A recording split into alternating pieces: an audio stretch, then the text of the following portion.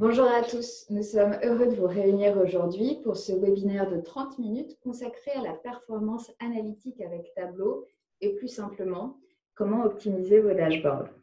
En effet, Tableau est un outil de référence et il permet intuitivement d'ajouter de plus en plus de champs de formules et de calculs pour une visualisation simple. Mais le rendu peut rapidement devenir de plus en plus lent. De fait, comment peut-on identifier les pistes d'amélioration de performance des dashboards et les mettre en œuvre? Durant ce webinaire, nous reviendrons tout d'abord sur comment auditer un dashboard Tableau. Ensuite, nous partagerons quels sont les fondamentaux à respecter. Et enfin, nous partagerons le cas du Big Data ou comment garantir la performance avec de gros volumes de données et de grosses jointures sur vos tables. Pour débuter ce webinaire, j'ai le plaisir de vous présenter Nicolas Corchia, cofondateur et Chief Operation Officer d'Indexima, et Mathieu Rondeau, Head of Innovation and Marketing de Midral. Bonjour à tous les deux. Salut. Bonjour. Salut, merci Laetitia. Merci Laetitia. Voilà. Tout d'abord, effectivement, vous commencez par un très rapide overview de Midral, qui on est aujourd'hui et comment on travaille au quotidien autour de la donnée. Donc, l'idée de Midral, c'est de reposer sur ce petit bonhomme que vous retrouvez à droite, qui est un petit bonhomme dans son entreprise qui va se poser beaucoup de questions. Et nous, l'idée, on va l'aider à répondre à ces questions à travers deux grandes phases. De la préparation de données à travers plusieurs sous-phases, un nettoyage, enrichissement, transformation, un peu de data science. Et aujourd'hui, toute la partie aussi data vise, avoir des vises ergonomiques. Tout le monde ne consomme pas la donnée de la même façon, donc passer par du dashboarding, du storytelling ou encore travailler un peu sur du data journalisme. C'est ce que généralement vous consommez beaucoup dans vos tableaux de bord à travers des applications mobiles. Donc voilà, l'idée c'est de vous accompagner au quotidien sur tout ce cycle un petit peu de valorisation de la donnée. Donc, en un petit peu plus de détails, voilà, on se dit pure player de la donnée. On travaille avec tous nos clients. Vous avez une partie de nos références à droite. On travaille avec beaucoup de partenaires, dont aujourd'hui Indexima, sur lequel on a même des comptes en commun, Biotopia, GUSCB, la Caisse des dépôts, etc. Donc voilà, l'idée, c'est d'être capable de travailler sur cette valorisation de la donnée au plus près de la donnée en garantissant un petit peu le fait d'aujourd'hui pourquoi on est là. Tout ce côté aussi ergonomie, performance de ces dashboards. Merci Mathieu, je vais tâcher de présenter Indexima aussi brièvement. Nous, Indexima, nous sommes tout simplement un éditeur français de logiciels, partenaire de Midral depuis plusieurs années et Tableau fan depuis très longtemps. Moi-même, Nicolas, j'utilise Tableau depuis plus de 5 ans et mes premières versions ne s'appelaient pas encore 2019 ou 2020. L'objectif du logiciel Indexima est assez simple. Indexima est un middleware qui se positionne entre les outils de data analytique, donc les Cognos, Power BI, Tableau évidemment, mais aussi Microstrat, Excel, Looker et plein d'autres, et les data sources. Les data sources étant le monde du fichier, donc le fichier on-prem ou dans le cloud, que vous allez retrouver sur Hadoop, sur S3, sur Azure, ou le monde du JDBC, du data warehouse. Et Indexima est cette brique qui se met entre les deux pour accélérer et simplifier la BI sur le Big Data. Et c'est tout naturellement qu'on va parler de tout ça avec Mathieu dans le webinaire orienté Tableau et performance sur Tableau.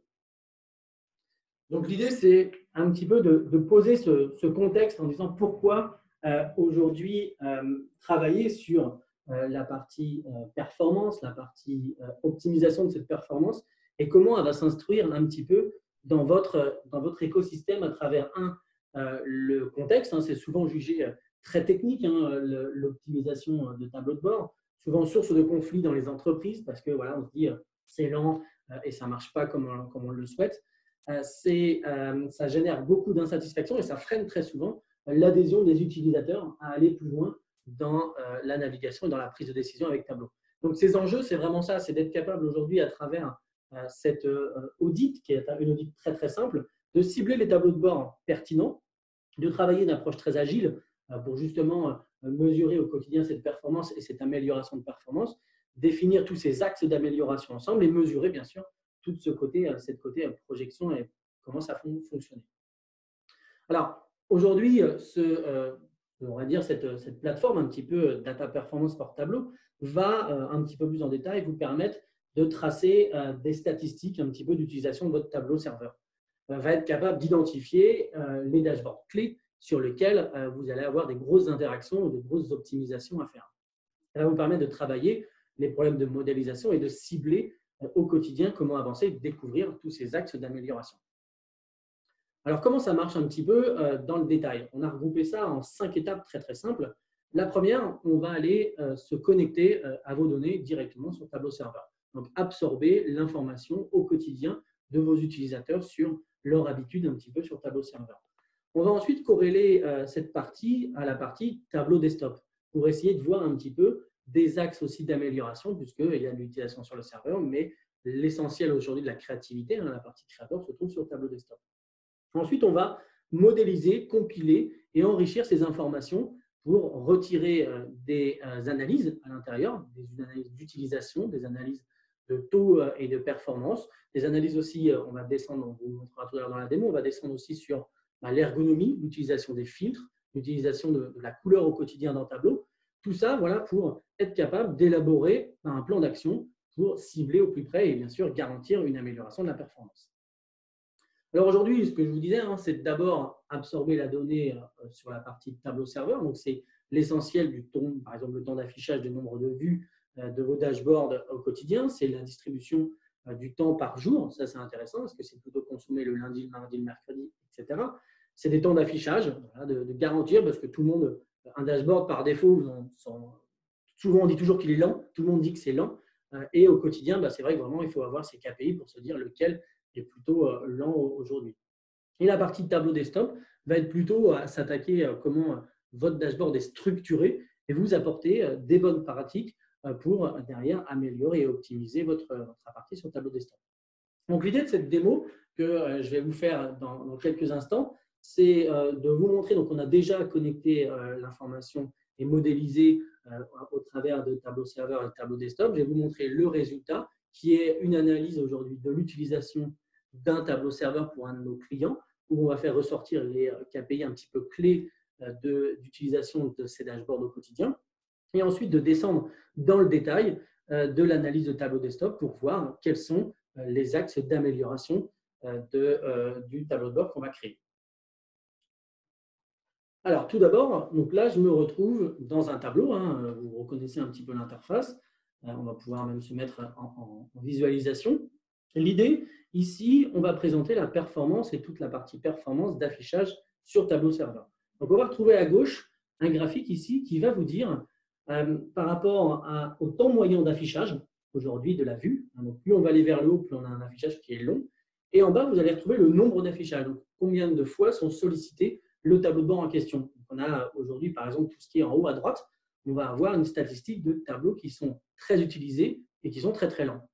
Donc, déjà, dans un premier temps, là, ces tableaux de bord, on va pouvoir se dire, c'est aujourd'hui peut-être ceux en priorité à optimiser et non pas de partir un petit peu sur tous les tableaux de bord qu'on aurait dans notre référentiel. On va pouvoir cliquer dessus pour avoir du détail. Je vais prendre celui-ci qui est une vue 360 de mon pilotage de mon chiffre d'affaires et à droite, je vais avoir un call to action qui va se mettre à jour en disant, OK, qui sont les utilisateurs de ces tableaux de bord avec des affichages moyens?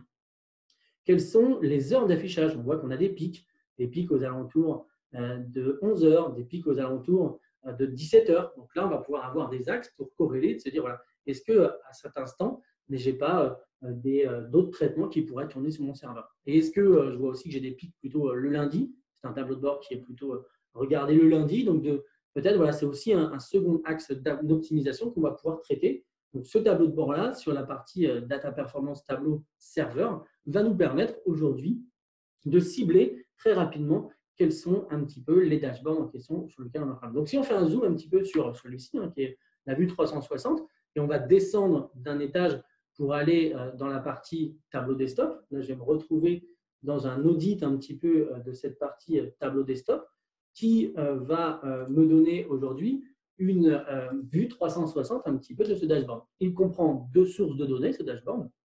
Il comprend 65 feuilles et 5 dashboards. Donc déjà, vous avez des indicateurs pour vous donner un petit peu ces informations. Il va contenir 113 colonnes, 190 champs calculés et 27 paramètres. Et vous voyez qu'en dessous, vous avez déjà un angle d'optimisation qui sont les données non utilisées. Je vois que j'ai 51 colonnes que je n'utilise pas. je vois que j'ai 16 champs calculés que je n'utilise pas et j'ai des paramètres que je ne sais pas. Donc, c'est vrai que très souvent, quand on va créer nos tableaux de bord au quotidien, on est en agile, hein, donc on crée des choses, mais on ne se rend pas compte forcément de choses qu'on n'utilise plus et ça a un impact bien sûr sur la performance. Je vois aujourd'hui sur toute cette partie colonne, ligne, filtre, couleur, des petits pictos que vous connaissez bien, puisque c'est l'utilisation quand je crée un graphique dans Tableau et le fait de faire un drag and drop dans la couleur, dans le texte ou dans le filtre. Là, vous allez voir avec les carrés que vous avez en dessous, l'utilisation dans tout ce dashboard des champs au quotidien sur ces options. Donc, on voit qu'il y a beaucoup de champs qui sont mis notamment en couleur, par exemple, beaucoup de champs qui sont mis en filtre, en texte aussi. Donc, voilà, ça vous donne aussi des indicateurs sur comment sont répartis un petit peu la charge sur ces organisations. Vous avez aussi une chose importante, c'est on va vous définir un petit peu les champs calculés. Dans les champs calculés, vous allez avoir un top 10 entre guillemets des formules qui sont les plus complexes. Vous allez avoir ici un petit aperçu, donc on voit qu'on est sur des formules très complexes. Et on a aussi corrélé ça avec des niveaux de formules. Vous voyez qu'aujourd'hui, le camembert que vous avez là, il va jusqu'à 6 niveaux de formules. Ça veut dire quoi? 6 niveaux de formules, en fait, vous avez un champ calculé qui chaîne directement plusieurs champs calculés. Si je descends très rapidement dans ce détail, vous voyez en bas à droite, mon champ calculé ici, il est composé à cet endroit-là, deux champs calculés qui sont des vrais champs calculés. Ils sont corrélés ici en bleu de deux champs qui sont des dimensions que je vais avoir dans mon modèle de données. Et à la fin, ils sont recorrélés à des paramètres. Donc, vous voyez que cet enchaînement de valeurs pour créer ce résultat ici du champ calculé va être aussi consommateur. Donc, ça vous donne aussi un aperçu un petit peu de comment sont créés et générés vos champs calculés. On va pouvoir avoir aussi une partie ici sur les fonctions les plus utilisées. Parce qu'on le voit là, en très gros, vous avez une fonction qui est now, vous avez une fonction date-add, vous avez une fonction date-part. Il y a beaucoup de fonctions autour de la date. Peut-être qu'effectivement, ces fonctions, est-ce qu'elles sont utilisées vraiment à bon escient? On voit que le now, il va se recalculer à chaque fois que vous allez faire un drag and drop. Est-ce que c'est pertinent? Il renvoie la date du jour. Est-ce que c'est pertinent? Ou est-ce que dans la modélisation, est-ce que dans notre modèle de données, on ne pourrait pas faire autrement à cette partie-là? Donc voilà, il y a plein d'axes aujourd'hui sur lesquels on va pouvoir travailler et on va pouvoir même descendre d'un niveau un petit peu pour vous présenter ici très rapidement. Ce qu'on a ici à droite, l'utilisation des feuilles dans mes dashboards. On voit que, je vous l'ai dit tout à l'heure, j'ai 5 dashboards. Le dashboard overview que vous avez ici, il est composé de 24 feuilles. Vous avez aujourd'hui positionné dans votre dashboard 24 feuilles. Ce qui est aujourd'hui dans les recommandations, les bonnes pratiques, très élevé. Tableau parle de 7-8 feuilles. Je pense qu'aujourd'hui, de par l'expérience que vous avez tous aussi, une dizaine, une quinzaine de feuilles, c'est plutôt pas mal. Mais c'est vrai que 24 feuilles, ça commence à faire beaucoup. Et sans cesse, avec des recalculs, du volume, et ça peut engendrer aujourd'hui des problématiques de performance. Et c'est assez simple à optimiser peut-être. Et vous voyez, je vais m'attarder simplement maintenant pour finir sur ces deux tableaux de bord que vous avez en bas à gauche, avec une couleur orange. Et cette couleur orange, elle est sur la ligne des filtres. Ça veut dire qu'aujourd'hui, vous avez peut-être dans votre tableau de bord, dans le tableau de bord sur lequel on est en train de parler, cette vue 360, une surutilisation des filtres. Donc ça, c'est aussi très rapidement, puisqu'on est vraiment dans la visualisation d'informations, je sais que mes tableaux de bord utilisent beaucoup de dimensions, de champs calculés, de paramètres dans les filtres. Donc ça me donne beaucoup d'angles d'approche pour réagir et pour travailler sur cette optimisation. Dans l'optimisation aussi, il y a des vecteurs sur lesquels on peut aussi travailler. Tout à l'heure, je vous parlais d'avoir deux sources de données. On va vous remonter aussi l'information de combien de volume je brasse un petit peu. Donc, si vous corrélez ça à tout ce que je vous ai dit tout à l'heure, recalculer 6 fois le champ calculé, une surutilisation de formules de type now, de type date-part, sur des volumes, là on est à peu près à 500 millions de lignes, et sur ma deuxième source, 50 millions de lignes. Vous voyez qu'aujourd'hui, voilà, tout ce recalcul peut avoir aussi un impact. Et Tableau, c'est vrai que l'Hyper fonctionne très très bien, mais on a d'autres pistes à un moment qui peuvent aider à gérer et à indexer ces gros volumes, qui vont aussi vous permettre de simplifier cette partie-là. Et c'est vrai que c'est ce que nous, on voit au quotidien quand on en arrive à ces optimisations-là, à travailler avec Indexima pour pouvoir améliorer tout ce côté un petit peu indexation, modélisation et facilité d'accès à l'information, tout en garantissant que la donnée reste bien sûr dans vos systèmes et reste stockée dans vos systèmes. Voilà Nicolas, moi sur ma partie un petit peu optimisation bonne pratique Tableau, je te laisse la main pour nous parler aujourd'hui toute la partie indexation d'Indexima et comment brasser dans mes 500 millions de lignes des données sur Tableau de façon simple et intuitive. Merci beaucoup Mathieu, c'était très clair. Alors j'ai vu qu'il y avait des questions qui étaient posées. N'hésitez pas à poser des questions sur le chat et on fera de notre mieux pour y répondre en fin de webinaire. Mais vraiment, n'hésitez pas et les questions qui ont été posées tout à l'heure seront adressées.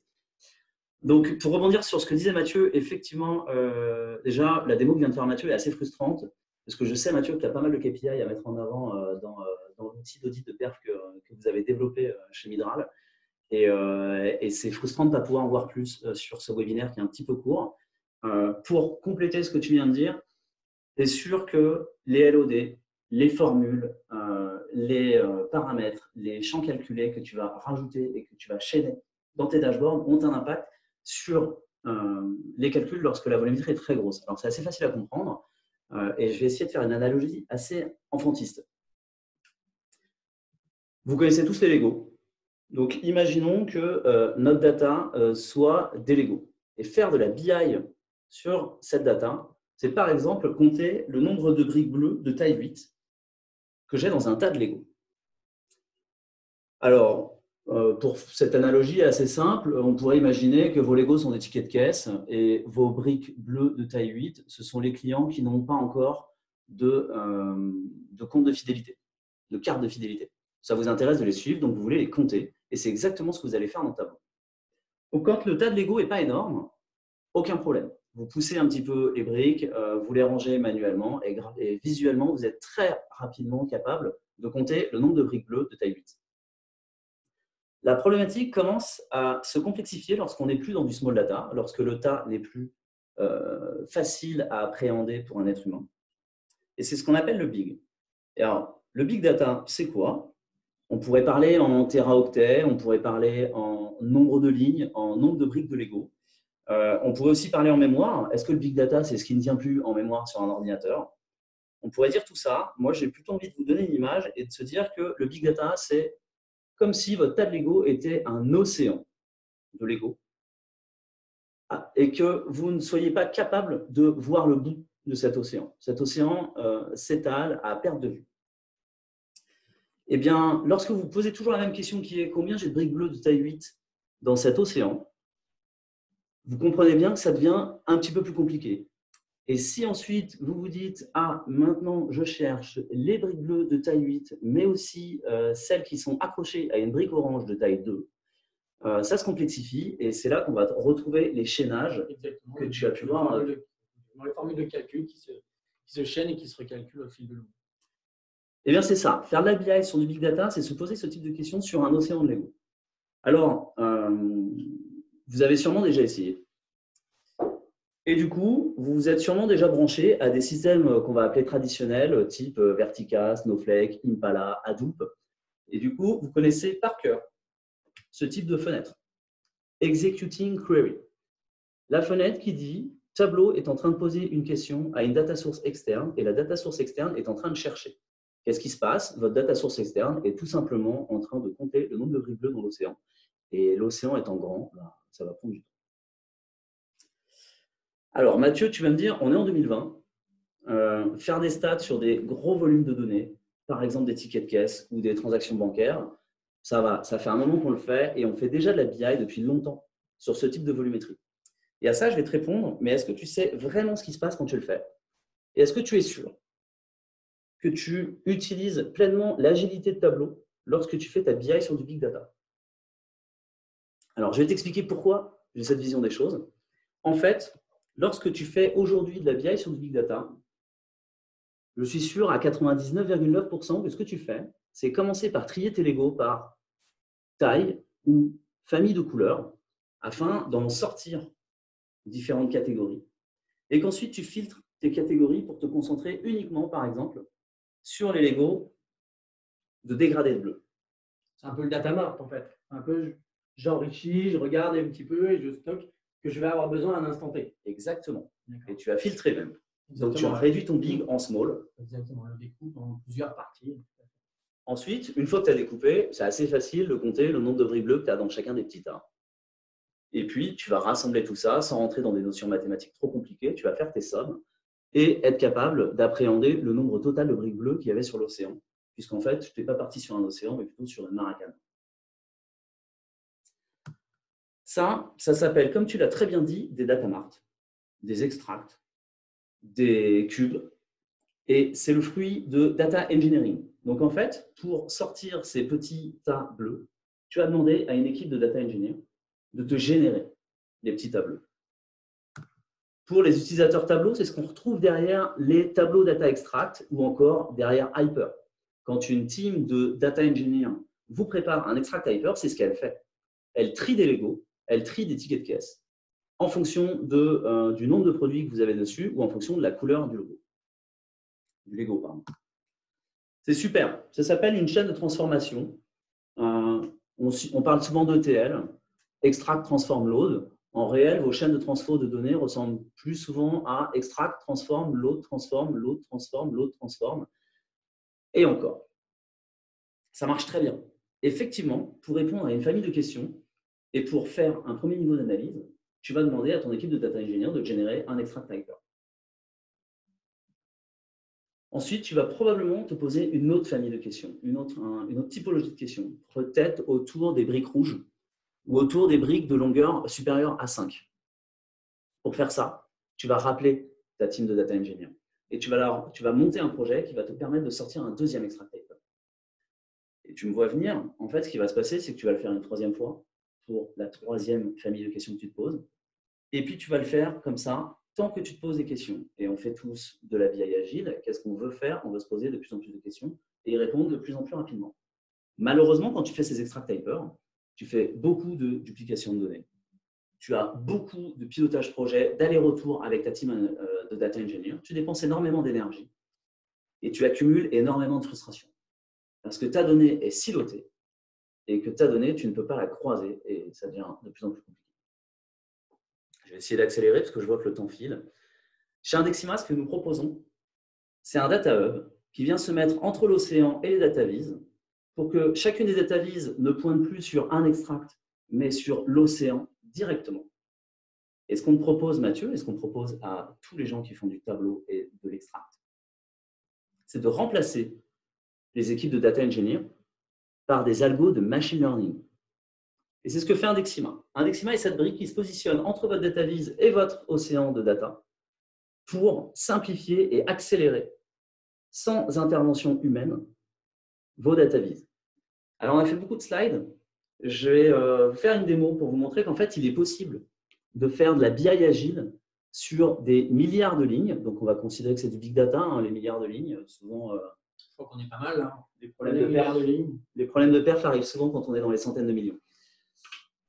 Là, on va utiliser la donnée des taxis de New York. C'est une donnée open source. Ce sont des fichiers CSV qui sont publiés et qui contiennent une ligne par trajet effectué à New York.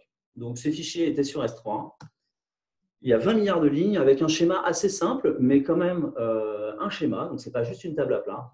On va avoir une table avec tous les trajets et puis deux tables autour, des tables de dimension. Et on va consommer tout ça dans Tableau à travers Indexima. Let's go démo. Donc, je vais vous montrer deux choses dans ma démo. Une première chose, c'est Indexima et puis notre interface de monitoring qui va nous permettre de suivre les temps de réponse des questions posées par Tableau. Donc, Tableau va se connecter à ce cluster qu'on va voir clignoter. Et puis, de l'autre côté, et je vais ouvrir Tableau, notre outil préféré à tous. Donc, mon modèle Tableau, vous allez le reconnaître, hein, c'est ce que je vous ai montré dans les slides. Ici, une table de faits avec un certain nombre de lignes, et puis ici, deux tables de dimensions. Bon, le but du jeu, c'est de faire une data viz from scratch sur ce modèle de données. Alors, première question, vous avez déjà la réponse que je l'ai dit tout à l'heure. Combien y a-t-il de lignes dans ce dashboard, ou plutôt dans cette table de faits? Pardon, je vais les mettre comme ça. Voilà. Il y a 20 milliards de lignes. Donc, il y a 20 milliards de trajets. On est en train de jouer sur un océan de 20 milliards de points. C'est pas mal, 20 milliards de points. Et à chaque fois que je vais utiliser une colonne, vous voyez que ça clignote là sur la gauche. Ça veut dire que Tableau, en fait, pose une question. Alors, cette question est assez simple à comprendre. C'est une requête SQL qui est envoyée au moteur Indexima. Et à chaque fois que je clique, une requête SQL est envoyée à Indexima qui doit computer sur les 20 milliards de lignes pour pouvoir répondre à la question, ici, donne-moi l'évolution par mois de mes trajets dans le temps. Alors, je vais construire une vise assez rapidement. On va prendre les zip codes qui viennent d'une des deux tables de dimension. Voilà. On va rendre cette vise un petit peu plus sexy en prenant, par exemple, le montant des tips. Donc ici, on a le découpage par zip code autour de Manhattan, donc à New York, du tips par somme de tips, par somme de pourboires. Et je vais aussi utiliser la deuxième table de dimension. Ici, ce sont les points de départ. Et puis, on va mettre, par exemple, le montant total. Donc là, on a le montant total par zone de départ. Et une fois qu'on a construit très rapidement 3 feuilles, ce qu'on va faire, c'est ce que vous faites tous en tant qu'analyste, c'est relier vos feuilles les unes avec les autres. Donc, je clique sur le bouton magique de tableau utilisé comme filtre. Et ici, on va voir qu'on a, en 2 minutes, un peu moins même, construit une vise ultra interactive sur 20 milliards de lignes. Et vous pouvez constater qu'à chaque fois que je clique sur un zip code, mon évolution à gauche, à droite change. Je suis en direct sur 20 milliards de lignes. Alors, je ne sais pas, Mathieu, si tu as déjà vu une vise sur 20 milliards de lignes aussi agile et aussi rapide. C'est vrai qu'en plus, on voit vraiment sur la gauche les temps d'accès qui apparaissent, qui clignotent un peu en bleu. On est de l'ordre à chaque fois de 200 millisecondes, ce qui est vraiment ultra fluide. Et c'est vrai que c'est plutôt réactif et ça joue effectivement bien. Et c'est vrai que d'être au niveau du trajet de taxi, on a tous pris le taxi et on se rend bien compte qu'il y a quand même beaucoup de volume à brasser derrière, à travers les tips et le budget ou les distances qu'on va pouvoir parcourir. Donc c'est vrai que c'est assez bluffant. Alors, on pourrait continuer nos analyses pour aller plus loin sur ces 20 milliards de lignes. En fait, notre timekeeper est en train de nous dire qu'on est en retard. Donc, en résumé, puisqu'on est arrivé à une fin de démo, on va dire, en résumé, Mathieu nous a expliqué comment, grâce à l'outil d'audit Data Performance sur Tableau Serveur, comment se concentrer sur les bons dashboards. Ensuite, où trouver les informations les plus pertinentes à modifier sur votre desktop et quelles sont les bonnes pratiques à appliquer. Et enfin, le fait qu'il est possible aujourd'hui de faire de la BI agile directement sur un océan de données, sur d'énormes volumétries de données. Merci beaucoup Mathieu et Nicolas pour ce partage d'expertise et cette démo.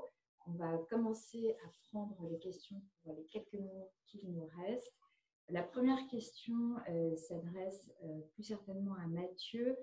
Et ça veut dire, l'idée est de savoir qui peut auditer la performance de ce dashboard. Est-ce que c'est fait en interne? Comment ça marche? Comment est-ce qu'on arrive à ça? L'idée, le petit côté vraiment audit, c'est bon, on l'a appelé audit, c'est vrai que c'est un bien gros mot, mais l'idée, tout le monde peut l'utiliser. C'est vraiment une connexion depuis Tableau vers les informations stockées dans le Tableau serveur et d'avoir mis en forme des calculs. Ça peut se publier directement sur votre tableau serveur de façon à ce qu'au quotidien, on puisse un petit peu voir l'évolution des performances. Donc voilà, ça s'adresse aujourd'hui, ce n'est pas du tout technique, ça s'adresse vraiment à tout le monde.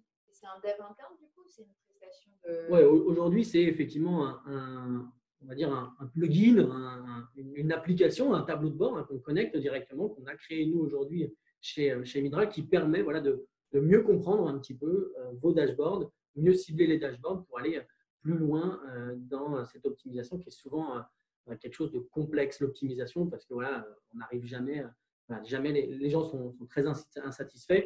Donc, d'avoir des métriques, ça permet vraiment d'aller plus loin et plus simple dans ces gestions de problèmes.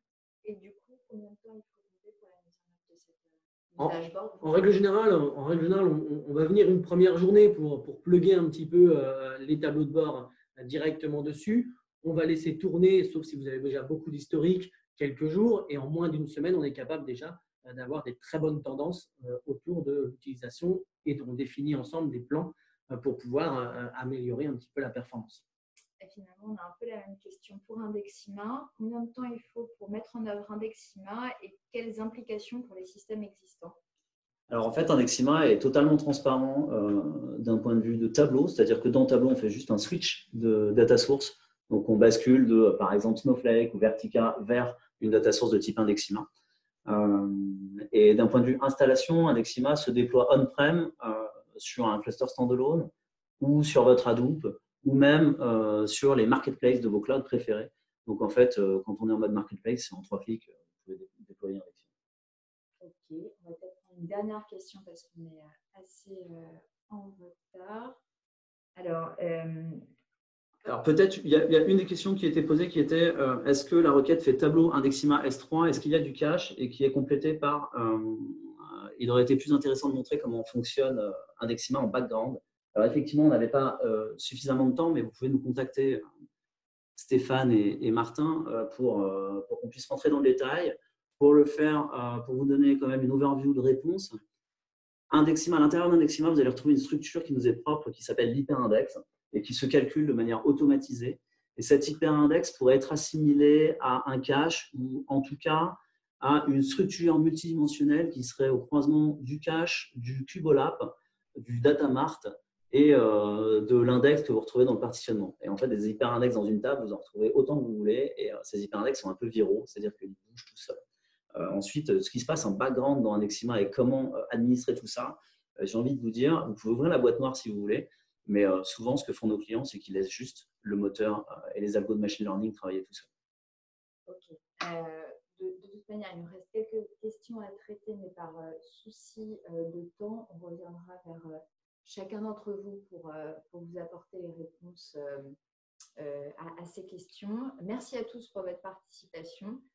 Effectivement, l'ensemble des équipes Indexima et Midral sont à votre disposition et reviennent vers vous pour tout complément d'information et vous apporter des réponses aux questions qui ont été posées. Nous vous souhaitons une excellente journée à tous. À très bientôt. Très bonne journée à tous.